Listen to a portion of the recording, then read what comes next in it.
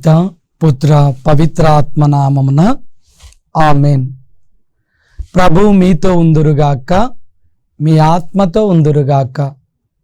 పునీత యోహాను గారు రాసిన సువిశేషంలోని భాగము. ప్రభువ మీకు మహిమ కలుగునుగాక. యోహాను సువిశేషము 4వ అధ్యాయము 46వ వచనము నుండి. అంతటా యేసు నీటిని ద్రాక్షారసముగా మార్చిన గలిలయలోని కానాను పల్లెకు మరలా వచ్చెను. కఫర్నాములో ఒక ప్రభుత్వ ఉద్యోగి ఉండెను. అతని కుమారుడు రోగముతో పడి ఉండెను. యేసు యూదయ నుండి గలిలయకు తిరిగి వచ్చెనని విని ఆ ఉద్యోగి ఆయన వద్దకు వెళ్ళి ప్రాణ సంకటములో పడి ఉన్న తన కుమారుని ఆయన వచ్చి స్వస్థపరచవలసినదిగా ప్రార్థించెను. క్రీస్తు ప్రభుని సువిశేషము. క్రీస్తువ మీకు స్తుతి కలుగునుగాక. Praise the Lord, praise the Lord. Hallelujah, hallelujah. దేవుని ప్రియ సహోదరి సహోదరులారా, దివ్యవాణి వీక్షిస్తున్నటువంటి విశ్వాసులారా, అందరూ బాగున్నారా? మనము యోహాను సువిశేషాన్ని గురించి ప్రతి వారము మాట్లాడుకుంటూ వస్తూ ఉన్నాం. పోయిన శుక్రవారాన్ని మనము జ్ఞాపకం చేసుకున్నట్లయితే యోహాను సువిశేషము 4వ అధ్యాయంలో సమరియా స్త్రీని, ఆమె విశ్వాసాన్ని, యేసు ప్రభు ఆమెను ఎలా స్వస్థత పరిచాడు అని, ఎలా పాపమును తొలగించాడు అని తెలుసుకొని ఉన్నాం. ఈ రోజున మరి యొక్క ఉపమానాన్ని మనం చూస్తూ ఉన్నాం. మరి యొక్క స్వస్థతను మనం చదువుకొని ఉన్నాం. వాక్యంలోనికి వెళ్తూ ఉండగా మనల్ని మనము సంసిద్ధం చేసుకుందాం. ఈ 20-25 నిమిషాలు మన విశ్వాసాన్ని ప్రభువు ముందు ఉంచుదాం. ప్రభుత్వ ఉద్యోగి ఏ విధముగా యేసు ప్రభు పట్ల విశ్వాసాన్ని కనబరుచుకున్నాడో అదే విధముగా మనము కూడా మన ప్రభువు పట్ల విశ్వాసంలో బలపడుతూ ఈ వాక్యము ద్వారా మనందరము స్వస్థతలోనికి రావటానికి ప్రయత్నం చేద్దాం. ప్రియ స్నేహితులారా, మనం సాధారణంగా చూసినట్లయితే వాతావరణం మారుతూ ఉంది. వర్షాలు పడుతూ ఉన్నాయి. అక్కడక్కడ వర్షాల కోసం ఎదురు చూస్తూ ఉన్నాం, ప్రార్థనలు చేస్తూ ఉన్నాం. వర్షాలు బాగా పడిన చోట మరి ఈ యొక్క వాతావరణము మారుతూ ఉన్నప్పుడు అనారోగ్యానికి, అస్వస్థతకు గురి అవుతూ ఉన్నాం. అప్పుడు మనం ఏం చేయాలి? అఫ్కోర్స్ డాక్టర్ని సంప్రదించాలి, మంచి ట్రీట్మెంట్ తీసుకుంటూ ఉండాలి. దానితో పాటుగా ప్రభువునందు విశ్వాసములో కూడా ఉండాలి. ఎప్పుడైతే కథోలికులముగా మనము ప్రభువునందు విశ్వాసం ఉంచుతామో తప్పకుండా దేవుడు ఏం చేస్తాడంట? అద్భుతం, ఆశ్చర్యకార్యం మన జీవితంలో చేస్తాడు. Praise the lord. అలాంటి సన్నివేశాన్ని ఈ రోజున మనం ధ్యానించుకోబోతూ ఉన్నాం. యోహాను సువిశేషము 4వ అధ్యాయము 43వ వచనం నుండి మనం చూసినట్లయితే కనుక ఆయన 2 దినముల పిదప అనే మాట మనము గమనిస్తూ ఉన్నాం. యేసునా స్వామి 2 రోజుల తరువాత మరి ఒక్కసారి ఎక్కడైతే తన మొదటి అద్భుతాన్ని చేసి ఉన్నాడు ఆ ప్రాంతానికి ప్రవేశిస్తూ ఉన్నాడు. వెళ్ళటంతోనే అక్కడ ఆ ప్రభుత్వ ఉద్యోగి అనే వ్యక్తి కలుస్తూ ఉన్నాడు. గవర్నమెంట్ ఎంప్లాయీ అని అంటూ ఉన్నాం. యేసు ప్రభువు మళ్ళీ గలిలయలోని కానాపల్లెకు వచ్చాడు అని తెలవగానే ప్రభుత్వ ఉద్యోగి ఏం చేస్తున్నాడు? ప్రభు దగ్గరికి పరిగెడుతూ ఉన్నాడు. దేవుని ప్రియ స్నేహితులారు, ఎందుకంట తన కుమారుడు అనారోగ్యము పాలయ్యాడని ఆయన ప్రభు దగ్గరకు పరిగెడుతూ ఉన్నాడు. నీ జీవితంలో నీ పరిస్థితిని బట్టి, నీ యొక్క రోజు ఎదుర్కొంటున్నటువంటి స్థితిగతులను బట్టి నీవు ప్రభు దగ్గరికి రావాలి. ప్రభుత్వ ఉద్యోగి అంటే ఆయన సంపద కూడా బాగా ఉండవచ్చు. హాస్పిటల్కి వెళ్ళినా మరి ఆ యొక్క జబ్బు నయమైనంత వరకు ఖర్చు పెట్టే స్తోమత కూడా అతనికి ఉంది అనుకుందాం. అయినా కానీ డబ్బు ఖర్చు పెట్టే స్తోమత ఉండి ఏం చేస్తున్నాడంట? ప్రభువు మీద ఆధారపడుతూ ఉన్నాడు. Praise the lord. ఎప్పుడైతే మనము ప్రభువు మీద ఆధారపడుతూ ఉంటామో ఆయన ఏం చేస్తాడంట? మన పక్షాన ఉండి మనకు సహాయకుడిగా ఉంటాడు. ప్రభుత్వ ఉద్యోగి ఆ గొప్ప విషయాన్ని కనుగొని ఆ ప్రభు దగ్గరికి వచ్చాడు. మొట్టమొదటిగా ఏమంటుంది వాక్యం 46లో 47 ఈ 2 వచనాలు చూసినట్లయితే, ప్రభుత్వ ఉద్యోగి గలిలయలోని కానాపల్లికి యేసు వచ్చాడు అని విని పరిగెత్తుకుంటూ వచ్చాడు అని మనం చదువుకొని ఉన్నాం.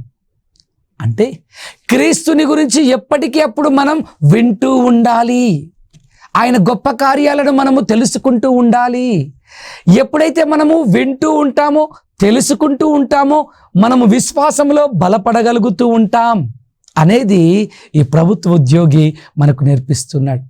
క్రీస్తు వచ్చాడు అని విన్నాడు ప్రభుత్వ ఉద్యోగి. మరి నేను క్రీస్తు వచ్చాడు అని, క్రీస్తు మనతో ఉంటున్నాడు అని దివ్య బలిపూజ ద్వారా, సప్రసాద ఆరాధన ద్వారా, వాక్య పరిచర్య ద్వారా, ఈ దివ్యవాణి కార్యక్రమాల ద్వారా మనతో, మన కుటుంబాలతో ఆయన ఉంటున్నాడు అని గమనించగలుగుతున్నావా? తెలుసుకోగలుగుతున్నావా? ఒకవేళ లేనట్లయితే ఈ రోజు నుంచి ఏం చేయాలంట? ఆయన తెలుసుకోవాలి, ఆయన మాటను వినాలి, ఆయన సన్నిధానంలో మోకరిల్లాలి అనేది ఈ ప్రభుత్వ ఉద్యోగి నేర్పిస్తూ ఉన్నాడు. ప్రియ స్నేహితుల 47 చివరి మాట మనం చూసినట్లయితే, స్వస్థత కోసము, తన కుమారుని స్వస్థత కోసము ఆ ప్రభుత్వ ఉద్యోగి యేసు ప్రభు దగ్గర ప్రార్థించెను. ఎంత చక్కటి మాట ప్రియ దేవుని బిడ్డలారా. ప్రభుత్వ ఉద్యోగి అంటే సర్వసాధారణంగా మనము మన దేశంలో, మన ప్రాంతంలో, మన స్థలాలలో ప్రభుత్వ ఉద్యోగి అనగానే ఎంత గొప్పగా చెప్పుకుంటామో, వాళ్ళకి ఎలాంటి చీకు లేదు, చింత లేదు, నెల రాగానే డబ్బులు వచ్చేస్తూ ఉంటాయి అనే ధోరణిలో ఉంటూ ఉంటాం. ప్రభుత్వ ఉద్యోగి అంటే ఒక సెక్యూర్డ్ ప్లేస్ అని మనము భావించుకుంటూ ఉంటాం. ప్రియ స్నేహితులారా, అలాంటి ప్రభుత్వ ఉద్యోగం చేస్తున్నటువంటి అతను, అంత సెక్యూర్డ్గా ఉంటున్నటువంటి అతను ఎవరి దగ్గరికి వస్తున్నాడు? క్రీస్తు ప్రభు దగ్గరికి వస్తున్నాడు. ఈ రోజున నీకు అన్నీ ఉండవచ్చు, అన్నీ నువ్వు సంపాదించుకుంటున్నావు అని అనుకోవచ్చు, నీ కష్టం అని అనుకోవచ్చు. కానీ ప్రియ స్నేహితురాలా, దేవుడు నీతో ఉండి నీ జ్ఞానాన్ని పెంపొందిస్తూ, నీ కష్టంలో ఆయన శక్తిని ఇస్తూ, నీ కష్టంలో ఆయన బలాన్ని ఇస్తూ, నిన్ను ముందుకు నడిపిస్తూ ఉన్నటువంటి దేవుని నీవు మర్చిపోతూ ఉన్నావు.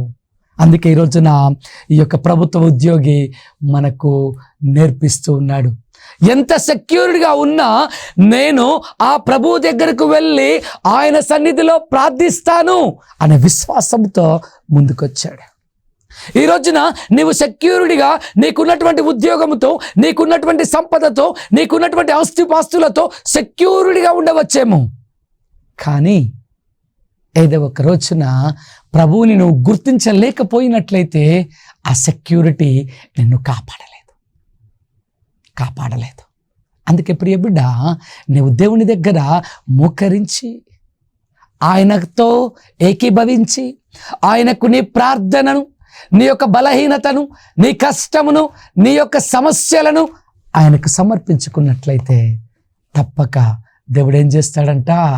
స్వస్థత, ఆశ్చర్య కార్యం, అద్భుతం నీ జీవితంలో చేస్తాడు. Praise the Lord. Hallelujah, hallelujah. అందుకే ఈ యొక్క ప్రభుత్వ ఉద్యోగి మనకు నేర్పిస్తున్నటువంటి పాఠం ఏమిటి అంటే, నేను ఎలాంటి పరిస్థితుల్లోనైనా ఉండని నా దేవుణ్ణి నేను విడిచిపెట్టను అంటూ తన కుమారుని కోసము, తన కుమారుని యొక్క ప్రాణము కోసము, తన కుమారుని యొక్క ఆరోగ్యము కోసము క్రీస్తు ప్రభువు దగ్గర మోకరించి ప్రార్థించుచూ ఉన్నాడు. అందుకే క్రైస్తవత్వంలో ప్రార్థన చాలా ప్రాముఖ్యమైనటువంటిది. ప్రార్థనను మనము నిర్లక్ష్యము చేసినట్లయితే మన కుటుంబాలు ఎదగలేవు. అందుకే ప్రియ స్నేహితులారా, విశ్వాసంతో మనం ప్రార్థించుదాం. ఎప్పుడైతే మనము విశ్వాసముతో ప్రార్థిస్తూ ఉంటామో దేవుడు ఏం చేస్తాడు? మన విశ్వాసాన్ని చూసి ఆయన మనకు కావలసినటువంటి వరప్రసాదాలను అందిస్తూ ఉంటాడు. అందుకే యోహాను సువిశేషము 4వ అధ్యాయము 48వ వచనాన్ని మనం చూసినట్లయితే ప్రభు ఆయన విశ్వాసము ఎలా ఉందో అని పరీక్ష కూడా చేస్తూ ఉన్నాడు.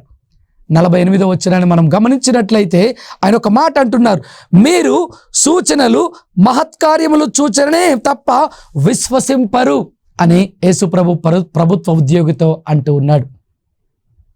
ఆయన తెలుసుకున్నాడు, ఆయన విన్నాడు, ఆయన క్రీస్తు ప్రభు దగ్గరికి వచ్చి విన్నవించుకున్నాడు లేదా ప్రార్థించాడు.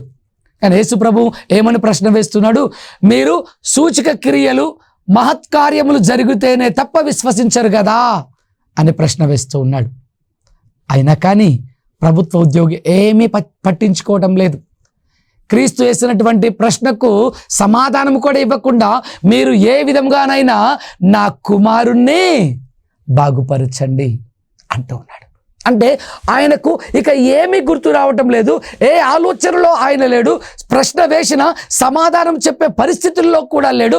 ఎందుకంటే క్రీస్తు అనేవాడు నా కుమారుణ్ణి స్వస్థపరుస్తాడు అనే విశ్వాసంతోనే ఉన్నాడు. ఆ విశ్వాసంతోనే ఆయన్ని అడిగాడు. అందుకే ఏమి అడిగినా, ఎన్ని ప్రశ్నలు వేసినా ఆయన మాట్లాడటం లేదు అని మనం నేర్చుకోవాలి. 49 చూసినట్లయితే ప్రభు నా కుమారుడు చనిపోయే ముందు రండి అని ఆ ప్రభుత్వ ఉద్యోగి మొరపెట్టుకుంటున్నాడు, తన విశ్వాసాన్ని బయలుపరుస్తూ ఉన్నాడు. 48లో యేసు ప్రభు ప్రశ్న వేస్తున్నాడు, మీరు ఏదో ఒకటి చూస్తేనే మీరు నమ్ముతారు కదా అని. కానీ ఆయన సమాధానం ఇవ్వకుండా ఏమంటున్నాడు, ఆయన నా కుమారుడు మరణించక ముందే నువ్వు నాతో రా ప్రభువా అంటూ ఆయన విశ్వాసాన్ని వ్యక్తపరుస్తున్నాడు. దేవుని ప్రియ బిడ్డలారా, ఈరోజున నీవు నేను మనందరము కూడా మన విశ్వాసాన్ని ఆయన ముందు ఉంచగలుగుతూ ఉన్నామా? మన విశ్వాసంలో మనం నిలబడగలుగుతూ ఉన్నామా? ఆత్మ పరిశీలన చేద్దాం. ఒకవేళ యేసు ప్రభు మనల్ని అదే ప్రశ్న వేస్తున్నట్లయితే మనం తలకాయ ఉంచుకొని కిందికి వెళ్ళిపోతామేమో, లేదా వెనుదిరుగుతామేమో. కానీ ప్రభుత్వ ఉద్యోగి మాత్రము తలకాయ కిందికి వేయటం లేదు, వెనుదిరగటం లేదు. కానీ నా కుమారుడు మరణించేలోపు నీవు వచ్చి బాగు చేయి అనే విశ్వాసాన్ని వ్యక్తపరుస్తున్నాడు. ఈ రోజున ప్రతి కుటుంబంలో ఏదో ఒక సమస్య ఉంటూ ఉంది, ఏదో ఒక ఆలోచన ఉంటూ ఉంది, ఏదో ఒక అప్పు బాధ ఉంటూ ఉంది, ఏదో ఒక అనారోగ్యం ఉంటూ ఉంది. అనారోగ్యం, ఆలోచన, అప్పు, బాధ, కన్నీరు వచ్చినప్పుడు మనము కిందికి మన తల వాల్చకుండా ఆకాశము వైపునకు కన్నులెత్తి ఆ ప్రభువు వైపునకు చూస్తూ ఆ ప్రభువునకు స్తుతులను సమర్పిస్తూ హృదయంలో మనము బలపరుచుకున్న విశ్వాసాన్ని బయట పెడుతూ ఆ విశ్వాసంలో బలపడుతూ, ప్రభువా నా కుటుంబాన్ని రక్షించు, నా కుటుంబంలో స్వస్థత అయ్యి, నా కుటుంబంలో వెలుగుని అని ఎప్పుడైతే ప్రార్థన చేస్తావో ఆ విశ్వాసాన్ని బట్టి దేవుడు గొప్ప కార్యం చేస్తాడు. ప్రియ స్నేహితులారా, అందుకే ఇందులో మనము ఇంకొక విషయాన్ని నేర్చుకోవాలి, అదే నిరీక్షణ. విశ్వాసంలో ఉండువారు ప్రతి ఒక్కరూ కూడా ఎలా ఉండాలంట? నిరీక్షిస్తూ ఉండాలి. ఈ యొక్క ప్రభుత్వ ఉద్యోగి యొక్క నిరీక్షణ ఏమిటి అంటే మనం చూస్తాం. యేసు ప్రభు ఏమంటూ ఉన్నారు అంటే 50వ వచనంలో, నీవు వెళ్ళు, నీ కుమారుడు జీవించును అని పలికాడు. యోహాను 4:50 మనం చదివితే, నీవు వెళ్ళు, నీ కుమారుడు జీవించును అని యేసు ప్రభు పలికాడు. ఆయన నిరుత్సాహపల్లె, యేసు ప్రభు రావట్లేదని నిరుత్సాహపల్లె, నిరీక్షించాడు, ఆ మాటను విశ్వసించాడు, ఆ మాటకు కట్టుబడి ఉన్నాడు, తిరిగి ఇంటికి వెళుతూ ఉన్నాడు. దేవుని ప్రియ బిడ్డలారా, మనం ప్రార్థన చేసిన తర్వాత యేసు ప్రభు నా ఇంటిలోనికి వస్తేనే, లేదా యేసు ప్రభు నాతో మాట్లాడితేనే, నేను ఆయన స్వరాన్ని వింటేనే విశ్వసిస్తాను అనే ధోరణిలో మనము ఉండకూడదు. ఎలా ఉండాలి అంట?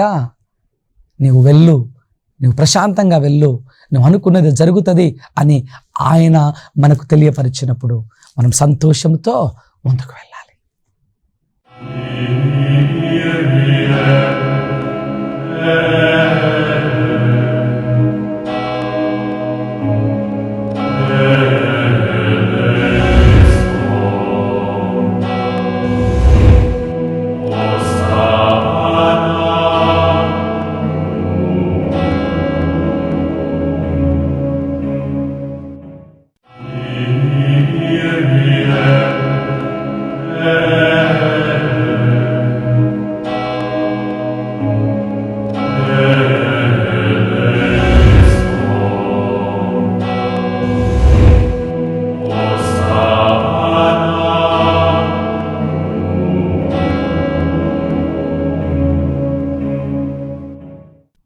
దేవుని ప్రియ స్నేహితులారా, ఎప్పుడైతే ఇలాంటి విశ్వాసముతో నిరీక్షిస్తూ ఉంటామో దేవుడు మన జీవితాలను మారుస్తూ ఉంటాడు.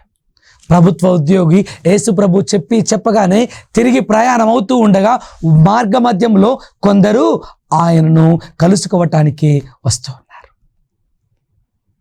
నీ కుమారుడు జీవించి ఉన్నాడు అనే మాట శుభవచనం, సంతోషకరమైనటువంటి వచనం వినగానే ఆయన ఏమంటున్నాడు తెలుసా? మంచిది, ఇక మనము వెళదాము అని అనడం లేదు. వచ్చినటువంటి వారితో ఒక ప్రశ్న వేస్తున్నాడు. ఎప్పటి నుండి ఆయన ఆరోగ్యంలోనికి వచ్చాడు? చాలా చక్కటి ప్రశ్న దేవుని ప్రియ బిడ్డలారా. ఎప్పటి నుండి ఆయన అంటే తన కుమారుడు ఆరోగ్యంలోనికి వచ్చాడు లేదా స్వస్థతలోనికి వచ్చాడు అంటే అక్కడి వారు చెబుతూ ఉన్నారు, వచ్చిన వారు సుమారు 1 గంట మధ్యాహ్నము 1 గంట ప్రాంతంలో. అప్పుడు మరి ఒక్కసారి ప్రభుత్వ ఉద్యోగి గుర్తిస్తున్నాడు. ఆ సమయముననే యేసుప్రభు ఏమన్నాడంట? నీవు వెళ్ళుము, నీ కుమారుడు జీవించును అని పలికి ఉన్నాడు.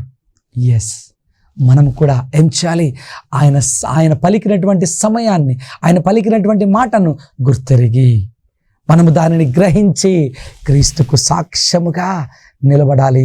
దేవుని ప్రియ స్నేహితులారా, ఎప్పుడైతే నేను క్రీస్తుకు సాక్ష్యముగా నిలబడగలుగుతామో అప్పుడు సమృద్ధి అయినటువంటి జీవితాన్ని ప్రభు ఇస్తాడు. అందుకే యోహాను 10:10 ఆయన అంటాడు, దొంగవాడు దొంగిలించుటకు, హత్య చేయుటకు, నాశనము చేయుటకు మాత్రమే వచ్చును, కానీ నేను జీవమునిచ్చుటకును దానిని సమృద్ధిగా ఇచ్చుటకు వచ్చి ఉన్నాను అంటున్నాడు. మనలో ఎప్పుడైతే విశ్వాసం ఉంటుందో, ఆ విశ్వాసంలో ఎప్పుడైతే మనము బలపడతామో, ఆ బలపడినటువంటి విశ్వాసంలో మనము క్రీస్తుని గుర్తించగలుగుతామో అప్పుడు ఆయన సమృద్ధి అయినటువంటి జీవితాన్ని మనకు అందిస్తాడు అని వాక్యం సెలవిస్తూ ఉంది. దేవుని ప్రియ స్నేహితులారా, మార్కు సువిశేషము 7వ అధ్యాయము 25 నుంచి 29 వచనాలు మనం చదివినట్లయితే కనుక కననీయ స్త్రీ కూడా, ఇంతకుముందు కూడా మనం మాట్లాడుకొని ఉంటాం, కననీయ స్త్రీ కూడా ఆమె యొక్క విశ్వాసాన్ని వ్యక్తపరిచింది. యేసునాథ స్వామి ఆమెను తిడుతూ ఉన్నారు. ఒక మాటలో చెప్పాలంటే ఆమెను ఒక కుక్కతో పోలుస్తూ ఉన్నారు. అయినా కానీ ఆమె నిరుత్సాహపడకుండా నిరీక్షణ కలిగి తన విశ్వాసంలో ఆమె బలపడుతూ, అది నిజమే ప్రభువా, పిల్లల బల్ల నుండి రాలిపడుతున్న రొట్టె ముక్కలను కుక్క పిల్లలు భుజించుట మేలుకరము కదా అనగానే యేసు ప్రభువు ముగ్ధుడైపోతున్నాడు, తన్మయుడైపోతున్నాడు. అమ్మా, నీ విశ్వాసము మెచ్చదగినది అని అంటూ ఉన్నాడు. దేవుని ప్రియ బిడ్డలారా, ఇటు ప్రభుత్వ ఉద్యోగి, ఇటు కననీయ స్త్రీ, వీరిద్దరిని చూసినట్లయితే వారు విశ్వాసంను బలపరుచుకొని కుటుంబాన్ని నిలబెడుతూ ఉన్నారు. ప్రియ సహోదరి సహోదరులారా, మరి నేను మన కుటుంబాన్ని నిలబెట్టుకోవటానికి ఎంతవరకు మనము విశ్వాసంలో ఎదుగుతూ ఉన్నాం, ఎంతవరకు విశ్వాసంలో బలపడుతున్నాం, మన కుటుంబాలన్నిటినీ విశ్వాసంలోనికి తీసుకురావటానికి ప్రయత్నం చేస్తూ ఉన్నాం. ఆత్మ పరిశీలన చేయాలి ప్రియ స్నేహితులారా. ఎలాంటి విశ్వాసంలో నేను ఉంటూ ఉన్నా? విశ్వాసం మనల్ని ఏం చేయాలంట? బలపరచాలి, ప్రోత్సాహపరచాలి, చిగురింప చేయాలి. మన జీవితాలన్నీ మోడుబారినటువంటి మన జీవితాలు చిగురింప చేసే విశ్వాసముగా మనము ఎదగాలి. అప్పుడే క్రీస్తు మన జీవితంలో గొప్ప కార్యాలు చేస్తాడు. మనం చూసినట్లయితే యోహాను సువిశేషము 4వ అధ్యాయము 53వ వచనాన్ని మనం చదివినట్లయితే, నీ కుమారుడు జీవించును అని యేసు అతనితో చెప్పిన గంట అదేనని అతడు గ్రహించెను. మధ్యాహ్నము 1 గంటకు యేసు ప్రభు నీ కుమారుడు జీవిస్తాడు, వెళ్ళు అని చెప్పు సమయము. ప్రతి సమయాన్ని మనము ఏం చేయాలి? జ్ఞాపకపరుచుకోవాలి. యేసు ప్రభుతో గడిపినటువంటి ప్రతి నిమిషాన్ని మనము జ్ఞాపకపరుచుకోవాలి. ఎందుకంటే ఎప్పుడు, ఎలా, ఎక్కడ ఆయన మనలందరినీ ఆయన వైపునకు మలుచుకుంటాడో మనకు తెలియదు. కాబట్టి సంసిద్ధులుగా మనము ఉండాలి అనేది ఆయన తెలియపరుస్తున్నాడు. ముందుకు పోయినట్లయితే ఆ తరువాత ఆ కుమారుడు స్వస్థతలోనికి వచ్చిన తరువాత అతని కుటుంబమును యేసును విశ్వసించిరి అనే మాట మనం చూస్తూ ఉన్నాం. ఆయన ఒక్కడే కాకుండా ఆ కుమారుని యొక్క స్వస్థత ద్వారా, మంచి ఆరోగ్యం ద్వారా తాను, తన కుటుంబము అందరూ కూడా యేసుక్రీస్తు ప్రభువుని విశ్వసిస్తున్నారు అని వాక్యం సెలవిస్తూ ఉంది. ప్రియ స్నేహితులారా, ఈ రోజున నీ కుటుంబంలో నీ కుటుంబం మొత్తము ఆ విశ్వాసంలోనికి రాగలుగుతున్నారా? ఒకవేళ రాకపోయినట్లయితే నీ విశ్వాసంలో నువ్వు దేవుణ్ణి స్తుతించడంలో, దేవుని సన్నిధిలోనికి రావడంలో, దేవుని యొక్క వాక్యాన్ని ఆలకించడంలో ఎక్కడో వెనకబడి ఉన్నావు. అందుకే నీ కుటుంబము మొత్తము విశ్వాసంలో ఎదగలేకపోతూ ఉంది, దేవుని సన్నిధికి రాలేకపోతూ ఉంది, దేవుని మాటలను వినలేకపోతూ ఉన్నారు. కాబట్టి ఈ యొక్క వాక్యము ద్వారా నేను మనందరము కూడా బలపడుతూ మనల్ని మనము ప్రోత్సహించుకుందాం, మనల్ని మనము మార్చుకుందాం, మనల్ని మనము మలుచుకుందాం. క్రీస్తుని విశ్వసించినప్పుడు సమస్తము జయమే అని గ్రహించుకుందాం. ఎప్పుడైతే మనము గ్రహించగలుగుతూ ఉంటామో మన కుటుంబాన్నంతటినీ కూడా ఆ క్రీస్తు సన్నిధిలోనికి తీసుకుని రావటానికి ప్రయత్నం చేద్దాం. ఆ ప్రయత్నమే నిన్ను నీ కుటుంబాన్ని ఏం చేస్తుందంట? ప్రభు వైపునకు, ప్రభు యొక్క వెలుగులోనికి, ప్రభు యొక్క నీతి కలిగినటువంటి జీవితంలోనికి నిన్ను నడిపించుకుంటూ పోతుంది అని వాక్యం మనకు సెలవిస్తూ ఉంది. ప్రియ స్నేహితులారా, లూకా సువిశేషము 19వ అధ్యాయము మనము 8-9 వచనాలు మనం చూసినట్లయితే, జక్కయ్య తన జీవితమునంతటిని యేసు ప్రభువు ముందు ఉంచిన తర్వాత, తన జీవితమునంతటిని యేసు ప్రభు యొక్క పాదాల మీద సమర్పించిన తర్వాత యేసు ప్రభు ఒక చక్కటి మాట అంటున్నాడు. ఏమని? నేడు నీ ఇంటికి రక్షణ వచ్చినది అంటూ ఉన్నాడు. జక్కయ్యకు రక్షణ వచ్చింది అంటలేదు, జక్కయ్య భార్యకు లేదా జక్కయ్య పిల్లలకు రక్షణ వచ్చింది అంటలేదు. ఏమంటున్నారంట? ఇంటికి రక్షణ వస్తుంది. యజమానుడు ప్రభువు వైపునకు మలిగినప్పుడు, యజమానుడు ప్రభువుని విశ్వసించినప్పుడు, యజమానుడు హృదయ పరివర్తన కలిగినప్పుడు కుటుంబము మొత్తము కూడా ఎందులోకి వస్తుందంట? రక్షణలోనికి వస్తుంది అని వాక్యం మనకు నేర్పిస్తూ ఉంది. ప్రియ సహోదరి సహోదరులారా, అలాంటి విశ్వాసంలోనికి నేను ప్రవేశించాలి. అనేక సందర్భాల్లో ఈ విశ్వాసాన్ని గురించి మనం ఆలకించి ఉంటాం. కానీ ప్రభుత్వ ఉద్యోగిలో ఉన్నటువంటి విశ్వాసం, కననీయ స్త్రీలో ఉన్నటువంటి విశ్వాసం, జక్కయ్య జీవితంలో మారినటువంటి విశ్వాసం మనము మన జీవితంలోనికి నెమరు వేసుకుంటున్నప్పుడు ఆ ప్రభువుని విడిచిపెట్టలేం. ప్రియ సహోదరి సహోదరులారా, ఆయన్ని విడిచిపెట్టకుండా మనందరము కూడా ఆయనతో ముఖాముఖిగా దర్శించాలి అంటే మన పాత జీవితాన్నంతటిని విడిచిపెట్టి మనము ఒక ఉన్నతమైన జీవితంలోనికి ప్రవేశించి ఒక క్రొత్త జీవితాన్ని మనము అలవాటు చేసుకొని ఆయనకు మన సమయాన్ని ఎప్పుడైతే అందిస్తూ ఉంటామో ఆ సమయానుగుణముగా మన జీవితంలో ఆయన అద్భుత ఆశ్చర్య కార్యాలు చేస్తారు అని ఈనాటి వాక్యం మనకు నేర్పిస్తూ ఉంది. ప్రియ స్నేహితులారా, విశ్వసిద్దామా? మనమొక్కరమే కాకుండా మన కుటుంబాన్ని మొత్తాన్ని కూడా క్రీస్తుకి పరిచయం చేద్దామా? ఆ క్రీస్తుకి పరిచయం చేసినటువంటి నేను అందరము కుటుంబము మొత్తము కూడా ఆయనకు వేలాది వందనాలు సమర్పిస్తామా? ఎప్పుడైతే వేలాది వందనాలు, స్తుతులు, కృతజ్ఞతలను సమర్పిస్తూ ఉంటామో అప్పుడు దేవాతి దేవుడు మనల్ని మెచ్చి, మన విశ్వాసాన్ని మెచ్చి ఆయన ఏం చేస్తాడు? అద్భుతాలు, ఆశ్చర్య కార్యాలు మన జీవితంలో చేస్తాడు. ప్రియ స్నేహితులారా, అందుకే ఒక నిమిషం అందరము కళ్ళను మూసుకొని ప్రార్థన చేసుకుందాం. ప్రార్థనలో ఏకీభవిద్దాం. ఎప్పుడైతే మనము కళ్ళను మూసుకొని ప్రార్థనలో ఏకీభవిస్తామో అప్పుడు దేవుడు మన యొక్క ప్రార్థనను ఆలకిస్తూ ఉంటాడు. కళ్ళు తెరిస్తే మనము ప్రార్థనలో ముందుకు కొనసాగలేం. కళ్ళను మూసుకొని, వాక్యాన్ని వీక్షిస్తున్న ప్రతి బిడ్డ కళ్ళను మూసుకొని ప్రార్థనలో ఏకీభవిద్దాం. జీవం గల సర్వేశ్వర, ఇప్పటి వరకు నీవు మాతో మాట్లాడినటువంటి ప్రతి మాటను బట్టి నీకు వందనాలు సమర్పించుకుంటూ ఉన్నా. ప్రభువా, ప్రభుత్వ ఉద్యోగి నిన్ను విశ్వసించాడు, నీ సన్నిధికి వచ్చాడు, నిన్ను ప్రార్థించాడు, నీవు వారిని ధైర్యపరిచావు, కుటుంబానికి కుమారుణ్ణి అందించావు, స్వస్థతను అందించావు. ఆ స్వస్థతను బట్టి, ఆ కుటుంబాన్ని బట్టి, ఆ ప్రభుత్వ ఉద్యోగిని బట్టి ఆ బిడ్డలను నీ యొక్క రక్షణతో, నీ యొక్క పరిశుద్ధతతో కప్పి ఉన్నావు. నీకు స్తోత్రం ప్రభువా.